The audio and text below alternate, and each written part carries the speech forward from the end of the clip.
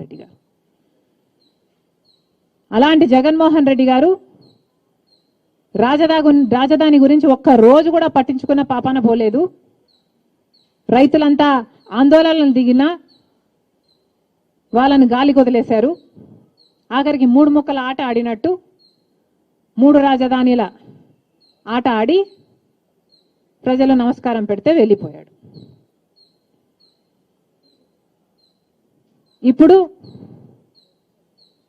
చంద్రబాబు గారు మళ్ళీ ముఖ్యమంత్రి అయ్యారు. అప్పుడు రాత్రి పద్ద గోతిలోనే మళ్ళీ పగలు కూడా పడ్డానికి సిద్ధమైనట్టున్నారు. చెల్లి పెళ్లి చేయాలి మళ్ళీ మళ్ళీ అన్నట్టు రాజధానికి శంకుస్థాపన చేయాలి మళ్ళీ మళ్ళీ. ఇదేదో చరిత్రలో ఎప్పుడు జరగనట్టు, ఆయన ప్రధానమంత్రి కానట్టు, ఈయన ముఖ్యమంత్రి కానట్టు, ఇప్పుడు ఏదో ఇదంతా కొత్తగా జరుగుతున్నట్టు. ఇప్పుడు మళ్ళీ మోడీ గారు వస్తారంట, మళ్ళీ శంకుస్థాపనలు చేస్తారట.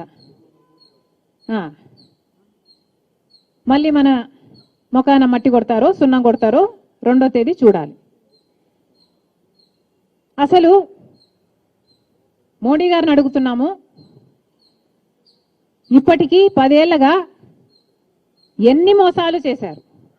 ప్రత్యేక హోదా ఇవ్వలేదు. పోలవరం ప్రాజెక్టు ఇప్పటికీ కూడా 45.7 మీటర్లలో ఈ ప్రాజెక్టుని కట్టడమే కాదు, ఈ ప్రాజెక్టుని అమల్లో పెడతాము అని చెప్పలేదు. ఆ మేరకు నిధులు ఇవ్వలేదు. ఒక్క విభజన హామీ కూడా నిలబెట్టుకోకపోగా రాజధాని విషయంలో కూడా మోసమే చేశారు.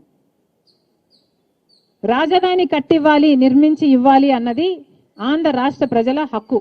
కేంద్రమే రాజధాని కట్టి నిర్మించి ఇవ్వాలి అన్నది ఆంధ్ర రాష్ట్ర ప్రజల హక్కు అయితే, వాళ్ళకిచ్చిన వాగ్దానం అయితే మరది ఎందుకు నిలబెట్టుకోవడం లేదు మోడీ గారు? సమాధానం చెప్పాలి.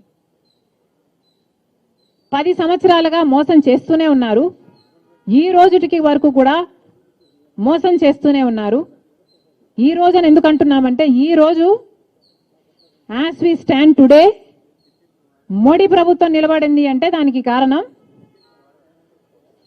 కూటమి సర్కారు వాళ్ళకిస్తున్న మద్దతు.